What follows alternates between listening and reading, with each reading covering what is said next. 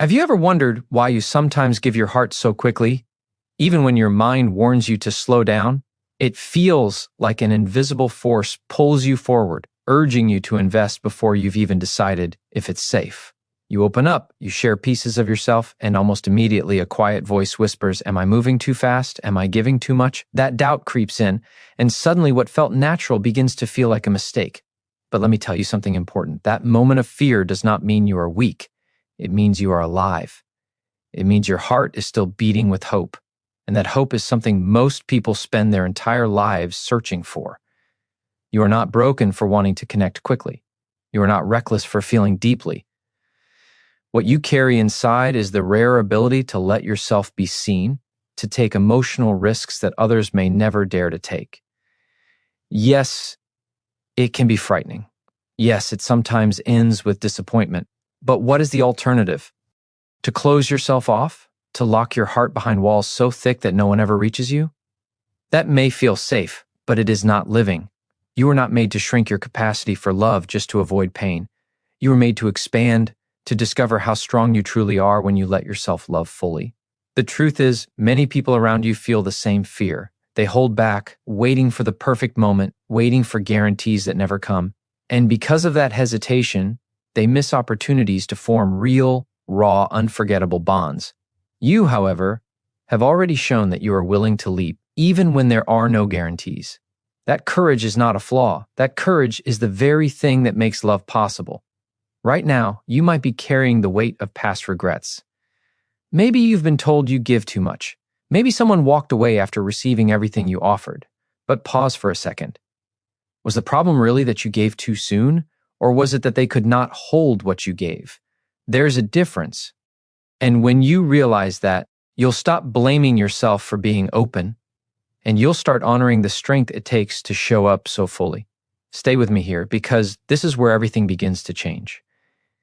If you've ever felt like your quick investment is a weakness, you are about to see it in a new light.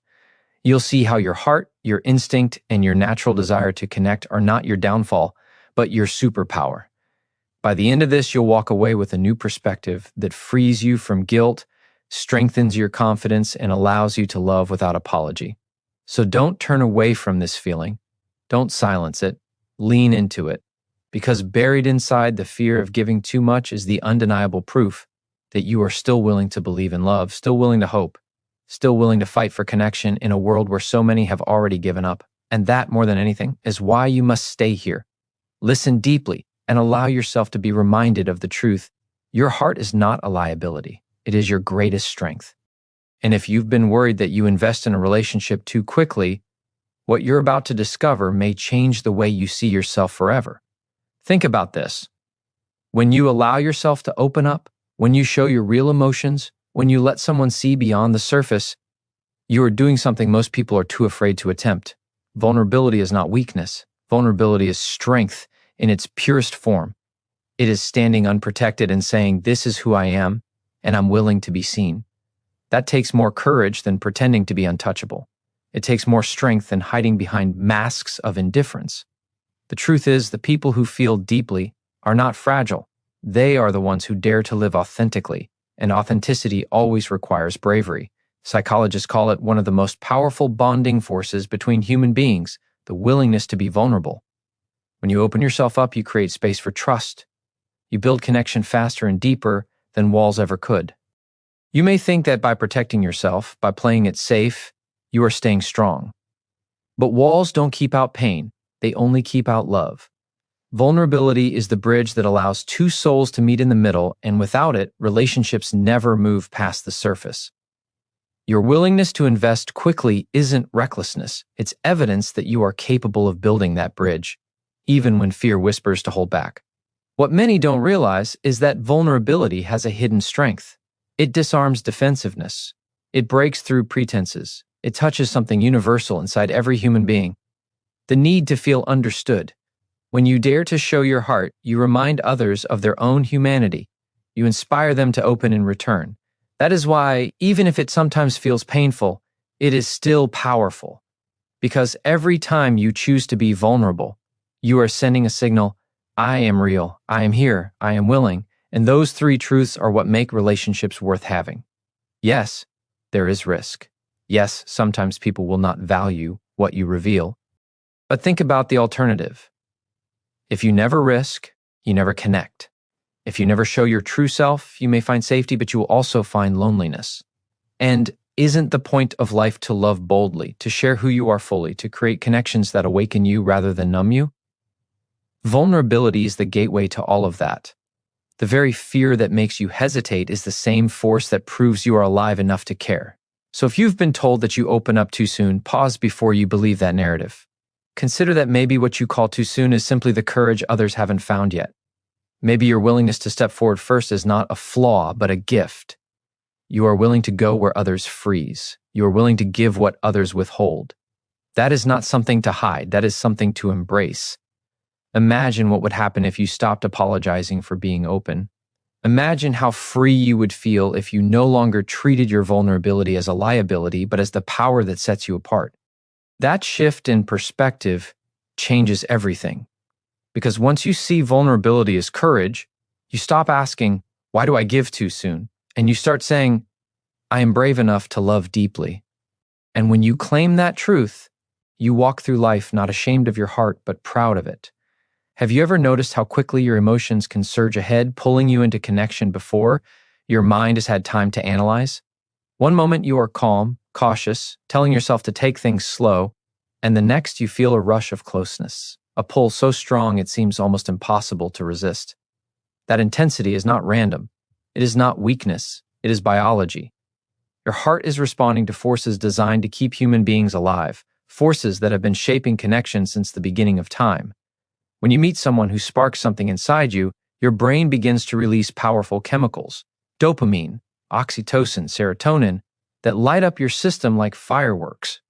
These are the same chemicals that bond parents to children, that make friendships feel unshakable, that create loyalty in tribes and communities. You are wired for attachment, wired for closeness, wired to move toward the people who make you feel safe, seen, and valued. Your quick investment is not a sign that something is wrong with you.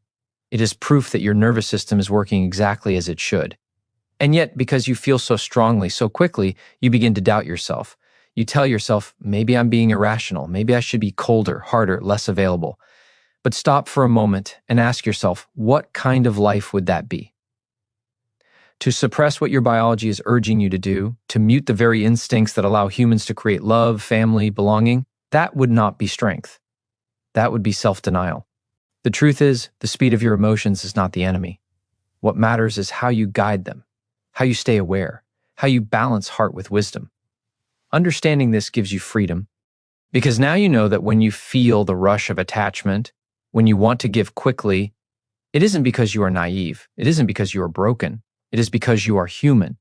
And humanity in its rawest form is messy, emotional, imperfect, and beautiful. To love is to take risks. To feel deeply is to accept that sometimes your emotions will move faster than your thoughts. That does not make you less. That makes you alive. Think about what would happen if you stopped fighting that natural flow, if you stopped blaming yourself for the speed of your heart. Instead of criticizing your instincts, you could begin to respect them. You could say, "This is my heart showing me how much I long for connection. This is my biology reminding me that closeness matters." When you honor that truth, you stop shaming yourself for caring too soon, and you start learning how to direct that care with clarity. That shift alone can change the way you approach every relationship in your life. So the next time you feel that pull, that quick rush of investment, don't attack yourself for being too open. Remind yourself that this is your system doing what it was created to do. You are designed for love. You are wired for closeness. You are built to seek connection. The question is not whether you should feel, it's how you choose to shape those feelings into something lasting, something balanced, something worthy of the love you carry inside. And once you see that, you'll realize the speed of your emotions isn't the danger. It's the beginning of your greatest strength. But if your heart moves quickly, why does fear so often follow? Why does excitement turn into worry and hope into hesitation? It is because your mind remembers what your heart tries to forget. The sting of being hurt before. Every scar you carry whispers warnings. Every disappointment you've endured builds invisible walls inside you. You may not always see them, but they rise up when you start to feel again, trying to protect you from repeating the same pain. This is why vulnerability feels like both a gift and a threat. You long for closeness, yet you fear the cost. You crave connection, yet you remember what it felt like when trust was broken. That tension is heavy, but it is not a sign of weakness. It is the natural weight of being human. To have lived, to have loved, is to carry the echoes of both joy and pain. You are not wrong for remembering. You are not wrong for guarding yourself when old wounds begin to ache. But you must not confuse protection with isolation. Scars are not there to imprison you. Scars are proof that you survived. They are reminders that you walked through fire and came out on the other side, stronger than before. And if you survived then, you can survive again. The truth is, the people who fear investing too quickly are often the ones who have already proven their resilience. You would not worry about getting hurt if you hadn't already endured what pain feels like. You know what it costs, and that knowledge makes you cautious. But caution does not have to mean closing off.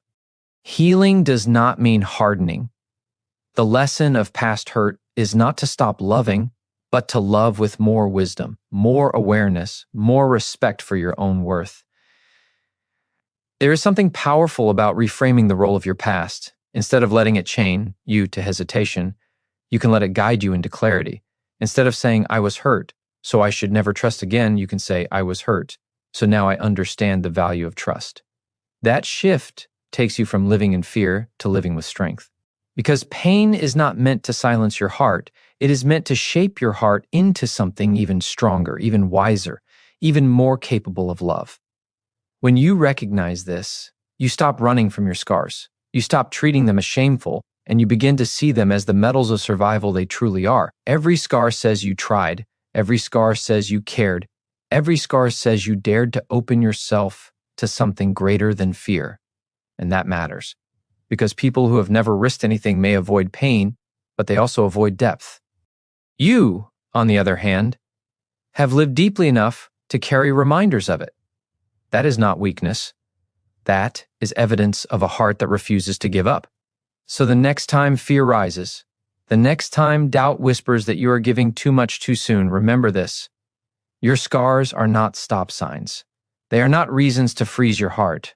They are markers of the fact that you have survived what once felt unbearable and you are still standing. That means you are not fragile. That means you are not broken. That means you are more resilient than you even realize. And with that resilience, you can walk into love again, not blindly, not recklessly, but with a strength born from everything you've endured and everything you still dream of creating. So much of the fear around giving too much too soon comes from the belief that there is a perfect timeline for love, that if you care too quickly, it must mean something is wrong with you, or that you are desperate, or that you are setting yourself up to fail. But who decided what too fast even means? Who set the clock that tells you when it is acceptable to trust, to open, to feel? The truth is, there is no universal timeline for connection. Relationships are not measured in days, weeks, or months. They are measured in depth. They are measured in honesty. They are measured in the courage it takes to show up fully, no matter how much time has passed. Some bonds are shallow even after years. Some bonds are profound after only days. Time alone does not determine the value of love. What matters is the truth, exchanged in every moment. When two people meet and their energy collides in a way that feels undeniable, the heart will not wait politely for permission. It moves, it opens, it leans in. That is not something to shame. That is something to honor. Because real connection has never followed a neat timeline. It appears in its own rhythm, on its own terms, and the bravest thing you can do is not to fight it, but to recognize it for what it is. When you tell yourself you're moving too fast, you create a false sense of guilt. You treat your heart as if it should behave like a machine, programmed to release emotions only at scheduled intervals. But love has never been mechanical. Love has always been unpredictable. Love has always been wild. And wild does not mean wrong. It means real. It means alive. It means you are willing to experience the fullness of what it means to be human. Think about how many people waste years guarding themselves, waiting for a timeline that never comes. They measure every word, every gesture, every step, and still end up in relationships that lack depth. They do everything right by the world's standards, but they miss the most important part, the courage to be real. And then there are those who feel deeply, who open quickly, who trust their hearts. Yes, they may face more risks, but they also experience more life. They touch more beauty. They taste more of what love was always meant to be. Instead of asking, am I investing too soon? Ask, am I being true to what I feel? Because authenticity matters more than pacing. What destroys relationships is not speed, but dishonesty. Pretending you are fine when you are not, holding back your heart when you long to give it, hiding your real self out of fear. The problem is not that some people move quickly. The problem is that too many people never move at all. So release the belief that love must follow a clock. Release the pressure to measure your heart against someone else's timeline. You are not a mistake for opening early. You are not broken for trusting quickly. You are simply alive enough to recognize connection when it finds you. And when you understand that, you stop punishing yourself for feeling deeply. You stop apologizing for caring too soon. You begin to see that there is no such thing as too fast when the love you offer comes from a place of truth. What often hurts the most is not how quickly you give, but who you give to. You may pour your love, your energy, your trust into someone who does not yet know how to hold it, someone who cannot receive the depth of what you offer. And when that happens, it is easy to believe the lie that the problem is you, that you are too much, too fast, too intense. But it isn't you. The soil you planted your heart in simply wasn't ready to grow what you gave. A seed is not wrong for trying to sprout. It only struggles when it falls on ground that cannot nourish it. This is where clarity becomes essential. Love is not just about how much you give, it is also about where you give. Generosity without discernment can feel like pouring water into a broken vessel. No matter how much you give, it will never be enough because the other person does not have the capacity to receive it. That does not mean your love is wasted. It means your love is powerful, and powerful things require wisdom. You were never meant to hand your whole heart to someone who hasn't shown they know how to hold it with care. The truth is, some people are not ready for depth. They crave attention but not connection. They want the comfort of love without the responsibility of nurturing it. When you give too quickly to someone like that, the imbalance leaves you drained. But instead of seeing this as proof you are broken, you can choose to see it as proof of your strength. Because to give, even in the wrong soil, means your heart is still alive, still open, still capable of producing more love. That is not weakness.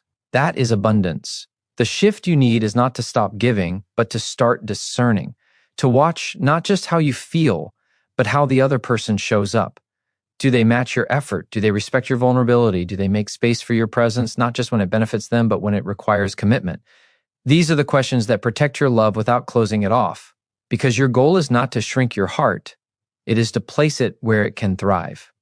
This is where emotional self-respect begins. It is a decision to recognize your love as valuable, to stop treating your generosity as something to be ashamed of, to say, my willingness to give is a gift, but I will no longer give it recklessly. I will choose where to invest, and I will not apologize for expecting reciprocity. That mindset changes everything, because when you know your love is powerful, you stop chasing people who cannot hold it. You stop apologizing for being intense, and you start waiting for someone whose depth matches your own. So if you have ever felt like you were too much, remember this: it is not about being too much. It is about giving to someone who was not ready. And that does not mean you should stop. It means you should grow wiser, stronger, clearer, because your heart deserves soil that can hold roots. Your love deserves a place where it is not just tolerated, but cherished. And when you understand that, you stop seeing yourself as the problem and start realizing you are the solution. An abundance of love looking for the right place to bloom. When you begin to see your love as valuable, everything shifts. You no longer give it away as if it were something cheap. You no longer apologize for how much you feel. Instead, you begin to treat every piece of your heart as sacred, something worthy of being handled with care. This is the essence of emotional self-respect, the decision to honor your feelings instead of shaming them, to stand tall in your vulnerability instead of shrinking in it. Because every time you offer your heart, you are offering something rare, something irreplaceable, something that carries the weight of your soul, that deserves to be recognized, that deserves to be respected. Too often, people believe their emotions make them weak. They think crying means failure, that caring too much makes them foolish, that love given too freely makes them naive. But look closer. It is not weakness to feel deeply. It is strength. It takes no courage to remain numb. It takes no bravery to stay detached. The ones who feel, who risk, who step forward with open hearts are the ones who have chosen strength over safety. And strength, real strength, is not found in how little you care. It is found in how much you can give without losing yourself. That is where the balance lies. To respect your emotions means you learn how to give without abandoning who you are. It means you can open your heart without erasing your boundaries. It means you can invest deeply without sacrificing your identity. Because self-respect is not about closing off. It is about making sure your love flows from a place of wholeness. When you honor yourself, your love is no longer desperate. It is no longer about proving your worth. It becomes an overflow, a gift that you share because it is who you are, not because you are afraid of losing someone.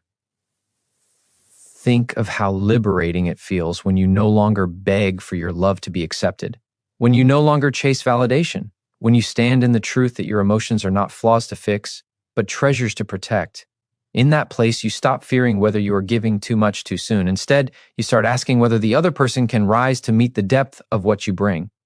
And if they cannot, you let them go without collapsing. Because your worth is no longer tied to their response. It is anchored in your self-respect. The moment you honor your emotions, you also redefine strength. Strength is not coldness. Strength is not silence.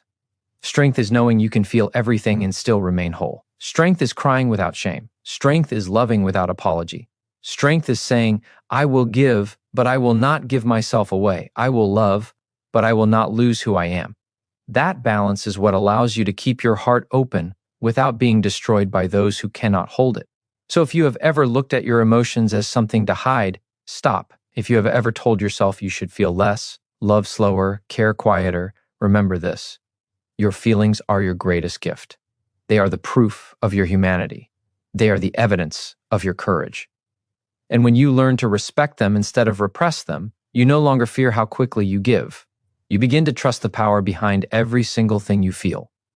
Respecting your emotions does not mean pouring them out without thought. It means guiding them with wisdom, pacing them with awareness, and giving them the space to grow naturally. Love is not about shutting your heart down, but about finding the balance between openness and protection. Too often, people confuse balance with suppression. They think it means holding everything back, pretending to feel less than they do, playing games to appear detached. But real balance is not about pretending. It is about being honest while also being patient.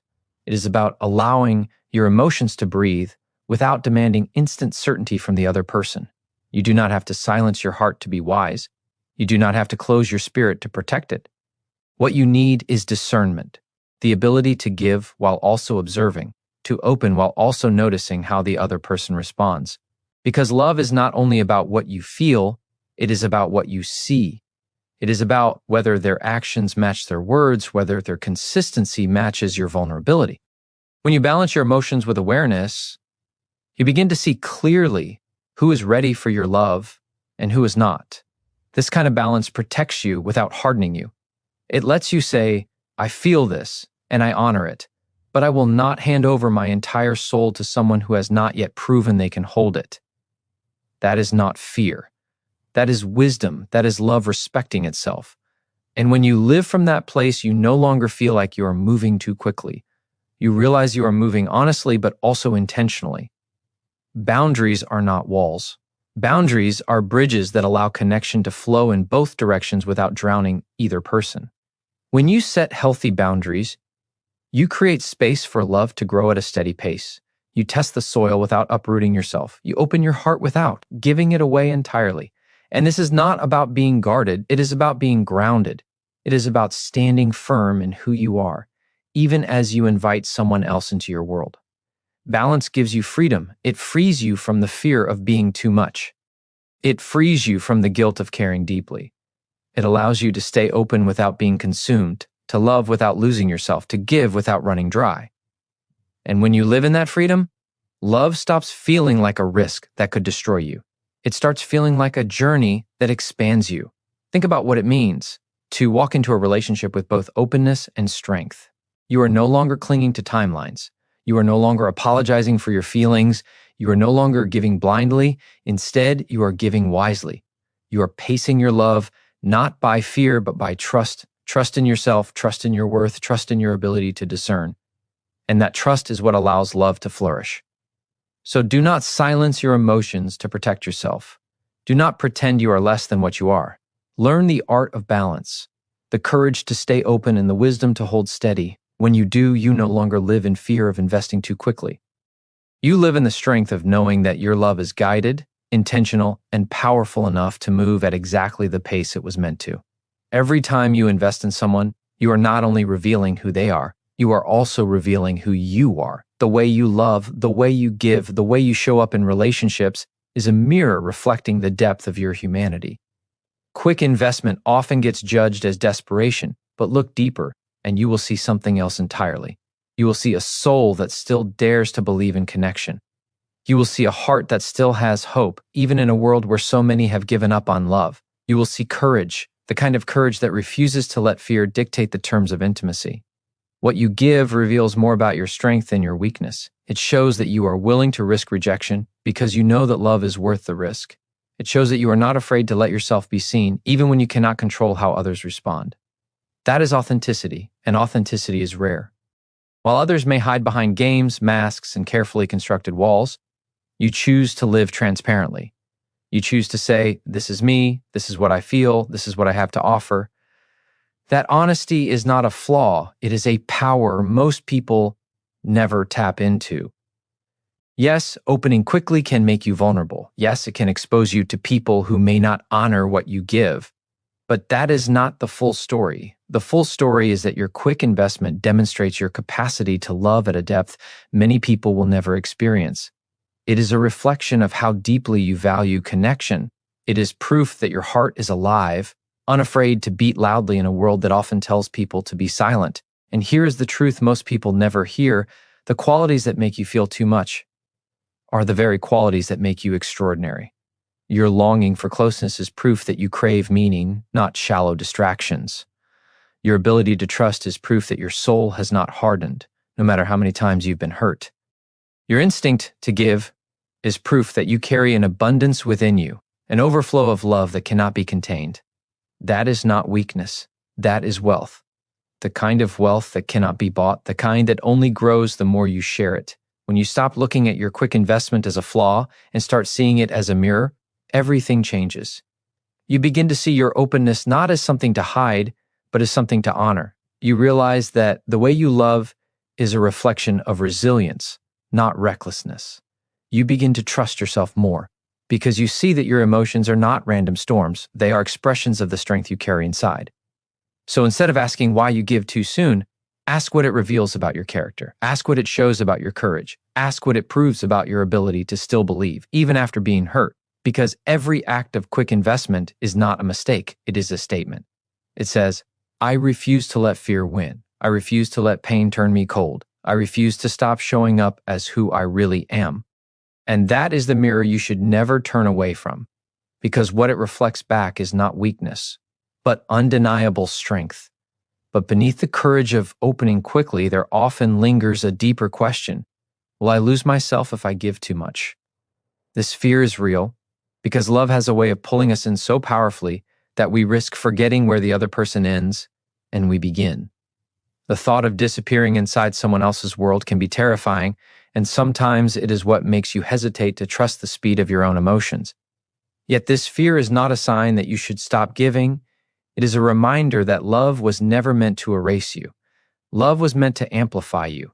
True connection does not demand that you abandon your identity. It does not require you to shrink your dreams, silence your voice, or sacrifice your essence just to keep someone else close. The love that is worthy of you will never ask you to trade yourself away. On the contrary, real love celebrates you. It sharpens your edges instead of dulling them. It strengthens your voice instead of silencing it. It makes you more of who you already are, not less. And if you have ever feared losing yourself in love, it is because you gave to someone who could not yet see the full value of who you were. The solution is not to stop investing. The solution is to anchor yourself before you give, to root yourself in the truth of your worth so deeply that even when your emotions move quickly, you remain grounded. This is the difference between giving out of emptiness and giving out of fullness. When you give from emptiness, you are trying to be completed. When you give from fullness, you are expressing completion. And the second kind of love cannot erase you, because it flows from a place of wholeness that no one can take away. You are not meant to disappear inside another person's life. You are meant to share your life with them. You are not meant to dissolve into their identity. You are meant to stand beside them with your identity intact. That is why your individuality matters. That is why your boundaries matter. Because when you hold on to yourself, love does not become a trap. Love becomes a platform where both people rise higher together. So do not run from love out of fear of losing yourself.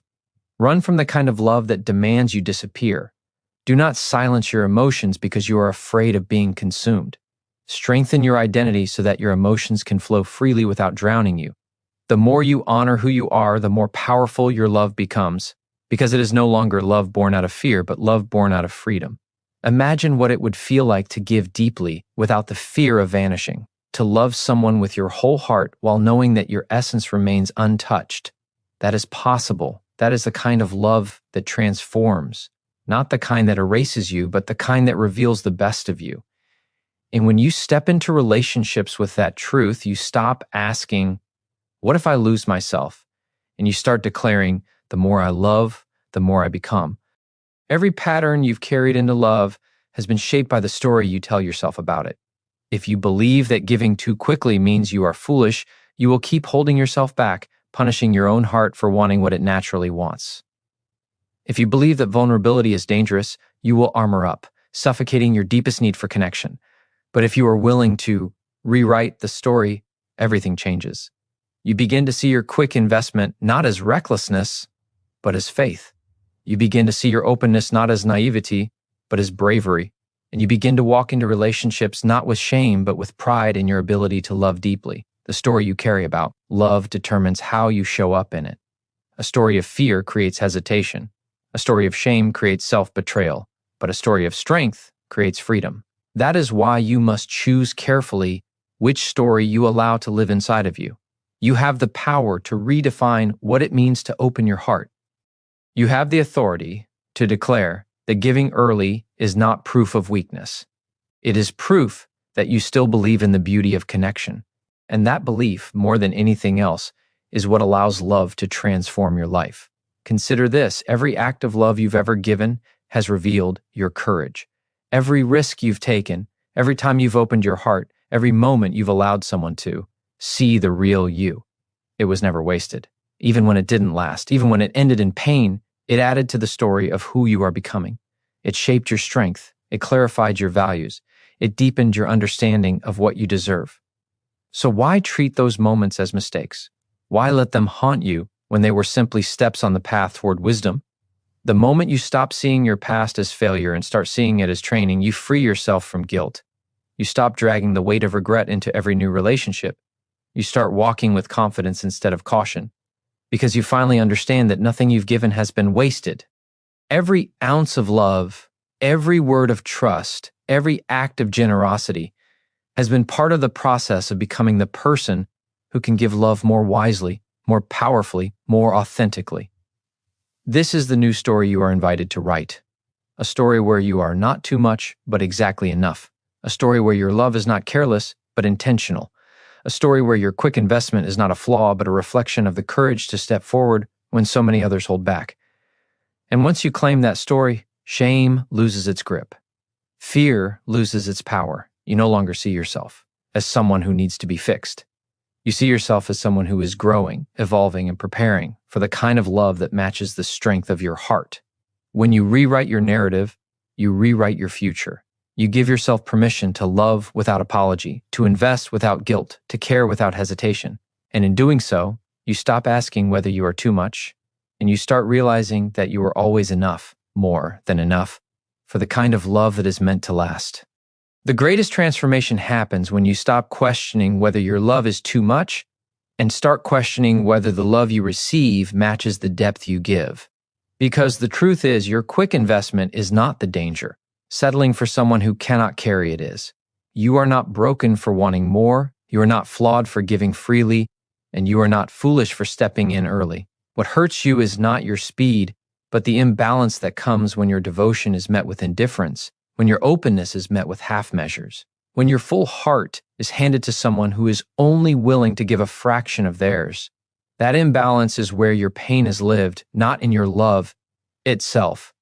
And once you see that clearly, everything shifts. You stop blaming yourself for loving too soon, and you start holding others accountable for showing up with the same honesty and consistency you offer. You stop apologizing for your depth, and you start expecting others to rise to it. This is not about lowering your standards or dimming your light. This is about protecting your spirit so that your love is poured into a container strong enough to hold it. And here's the truth you must hold tightly. The right person will never call you too much. They will look at your heart and feel grateful, not overwhelmed. They will see your investment as a gift, not a burden. They will meet your openness with their own, and they will handle your love with the care it deserves. The ones who call you too much are simply the ones who are not ready to match your depth. Their reaction does not reflect your value. It only reflects their capacity. You have spent too long shrinking to fit into the limits of others. You have spent too long watering yourself down in hopes that someone would finally stay. But you were never meant to be consumed in halves. You were never meant to ration your love like it's something scarce. You were meant to give fully, to love boldly, and to find the one who can meet you in that space without fear. That kind of relationship doesn't make you smaller. It expands you. It doesn't drain you. It energizes you. It doesn't punish your quickness. It honors it. So release the idea that you need to change your heart in order to deserve love. You do not need to be colder, slower, or harder to attract the right connection. You simply need to guard your heart with discernment until it finds a match that respects its pace and power. That is not weakness. That is wisdom. It is the balance between courage and clarity. It is the moment when your love stops being wasted and starts being multiplied. Imagine what it will feel like to stand in front of someone who not only accepts your quickness but cherishes it. Someone who sees your heart not as reckless but as radiant. Someone who doesn't make you question your worth, but confirms it with every action, every word, every choice. That reality is possible. It begins the moment you stop asking, "What is wrong with me?" and start asking, "Who is strong enough to hold what I carry?" There comes a point when you realize that the love you give is not just for others, it is also for you. Every time you invest in someone, you are not only offering them a piece of your heart, you are proving to yourself that your heart is still alive, still capable of deep connection, still unafraid of feeling fully. And that matters because the opposite of love is not hate, it is numbness. It is the shutting down of your own spirit. It is the decision to close the door so tightly that nothing and no one can reach you again. But you are not numb, you are not closed. You are here, still choosing to give, still choosing to hope, still choosing to try. That is not weakness, that is resilience.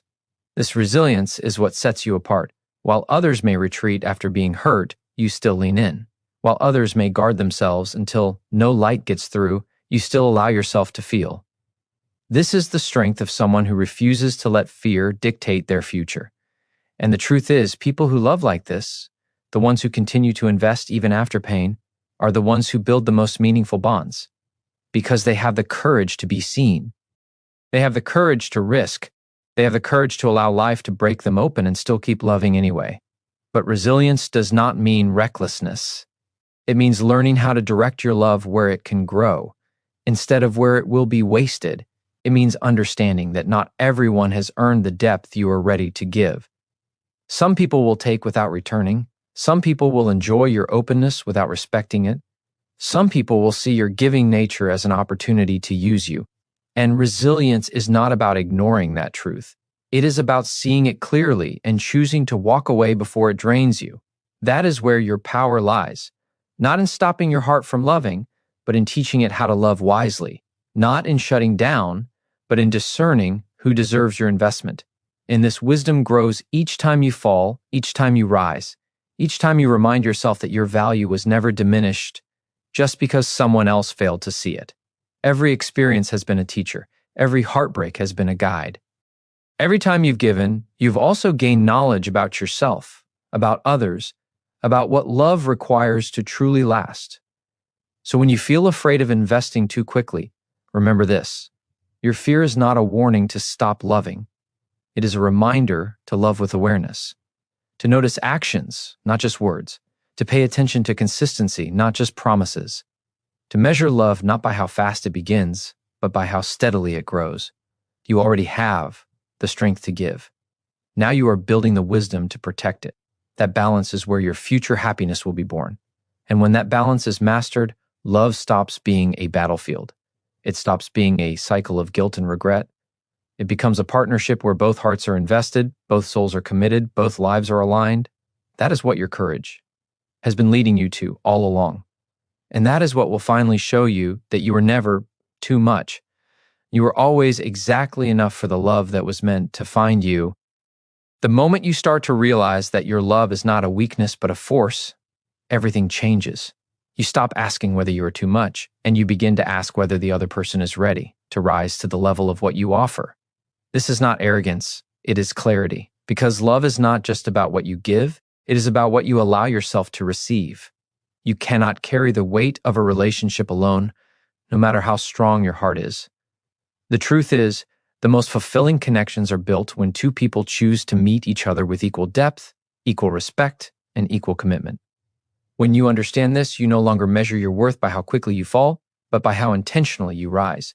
You start to see that every ounce of love you give is precious. It is energy, it is time, it is a piece of your life.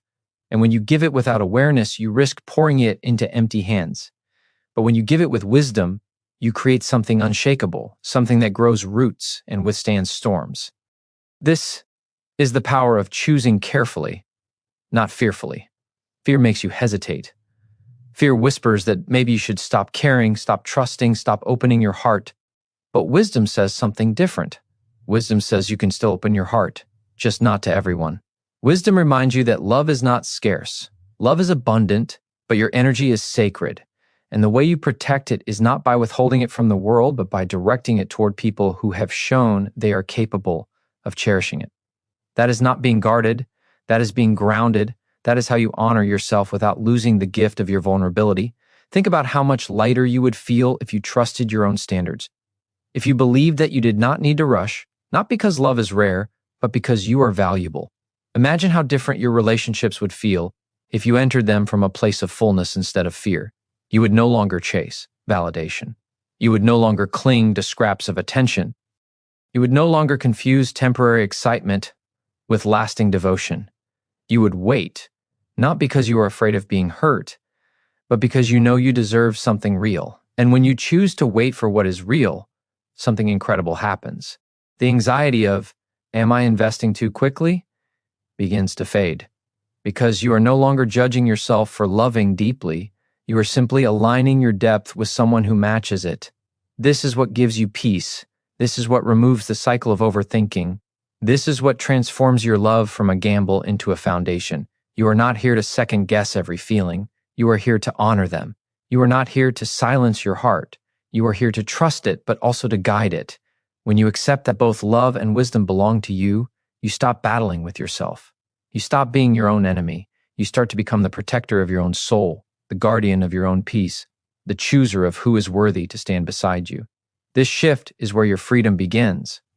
Because once you know your love is powerful, and you treat it as the treasure it is, you never again have to fear investing too quickly.